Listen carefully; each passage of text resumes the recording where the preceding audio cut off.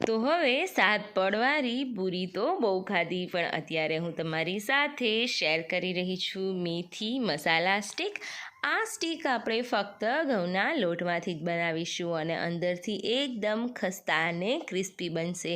તો ઓછામાં ઓછું તેલ રહે તે રીતે બનાવીશું, અને હા, નાના બાળકો પણ ગમે તેટલું ખાશે તો નુકસાન બિલકુલ નહીં કરે. તો ચલો આપણે વધારે સમય ન બગાડતા રેસીપી શરૂ કરીએ. સારી લાગે તો ફ્રેન્ડ્સ, ફેમિલીઝ અને રિલેટિવ્સ જોડે શેર કરી ચેનલને સબસ્ક્રાઈબ કરવાનું તો બિલકુલ નહીં ભૂલતા. તો આ મેથી મસાલા પડવારી સ્ટીક બનાવવા માટે 150થી 200 ગ્રામ જેટલો મેં અહીંયા ઘઉંનો લોટ લીધેલો છે. આ સ્ટીક બનાવવા માટે સ્પેશિયલી મુઠ્ઠી પડતું મોણ ઉમેરીશું. આ મુઠ્ઠી પડતું મોણ ઉમેરવા માટે તેલને થોડું એવું સતપ થાય ત્યારે લેવાનું છે. જ્યારે આપણે આ નમક પારાને તળવા માટે તેલ ગરમ મૂકીશું, તે જ તેલમાંથી થોડું એવું તેલ આપણે આમાં ઉમેરી દેવાનું છે.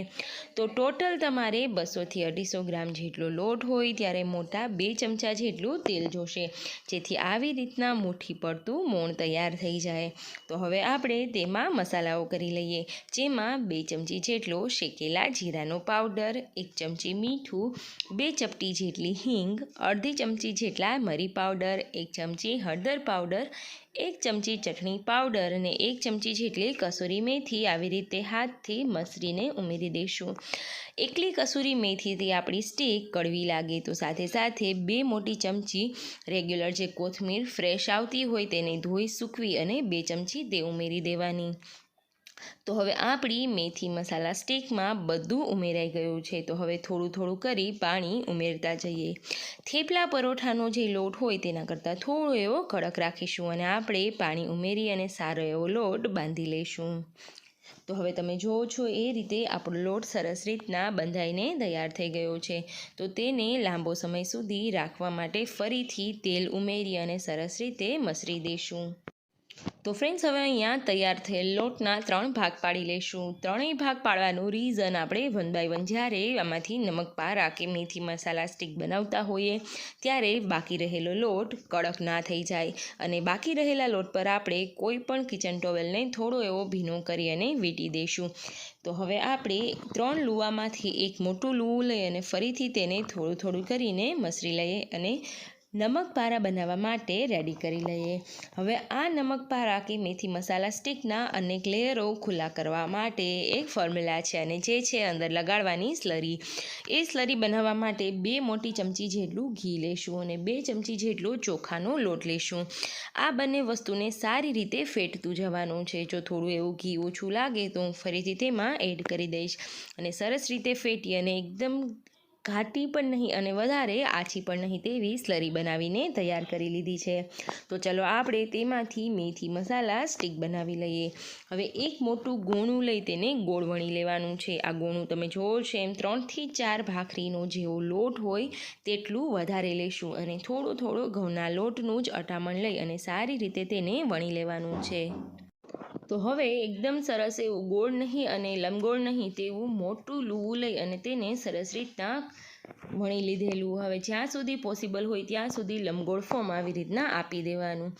હવે તેના પર આપણી બનાવેલી સ્લરી લગાડી અને થોડો થોડો એવો ચોખાનો લોટ જ વચ્ચે છાંટતા જવાનું.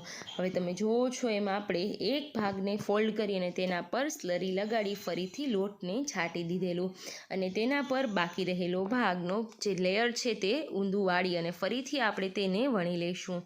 તમે જુઓ છો એ રીતના તમે જેમ જેમ તેને વણતા જશો તેમ અંદર એક લેયર બનતા જશે. હવે ફરીથી જે લાંબી સ્ટીક હતી તેને મેં લંબચોરસ વણી લીધેલી. તો હવે લંબચોરસ એકવાર વણાઈ જાય ત્યારબાદ ફરીથી તેના ઉપર સ્લરી અને લોટ છાંટી અગેન તેને સેમ પ્રોસેસથી વણી લઈશું.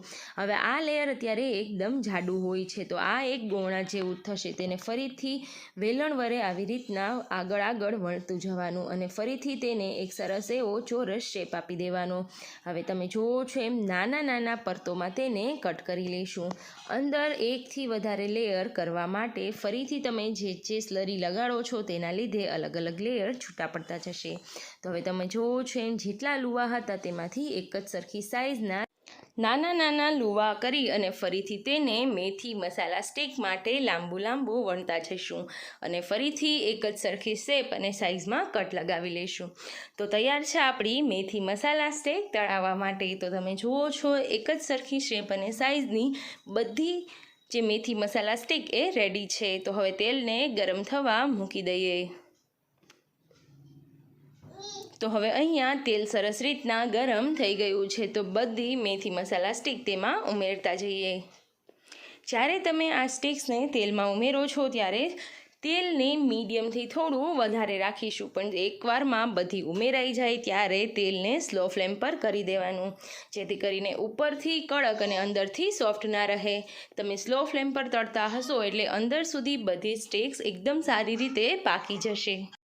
તો ફ્રેન્ડ્સ, તમે જોઈ શકો છો બધી મેથી મસાલા સ્ટીક ઉપર આવી ગઈ છે. દેટ મીન્સ એકદમ ક્રિસ્પી થઈ ગઈ છે. અને તેલમાં જ્યારે કોઈ પણ વસ્તુ તમે તળતા હોય અને તે ફ્લેમમાં ઉપર આવી જાય, તેલમાં ઉપર દેખાવા લાગે એટલે સરસ રીતના ફ્રાય થઈ ગઈ ગણાશે.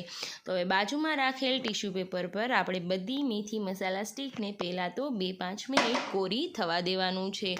તો આ સ્ટીક રેડી છે સર્વ થવા માટે. તો તેને સર્વ કરીએ. આ સ્ટીકને તમારે જો ઉપરથી મસાલો છાંટીને ખાવી હોય તો એમ પણ ખૂબ જ સરસ લાગે છે. તો ફ્રેન્ડ્સ, આશા છે તમને મારી આ રેસીપી પસંદ આવી હશે. તો બીજાને શેર કરવાનું બિલકુલ નહીં ભૂલતા. Thank you so much.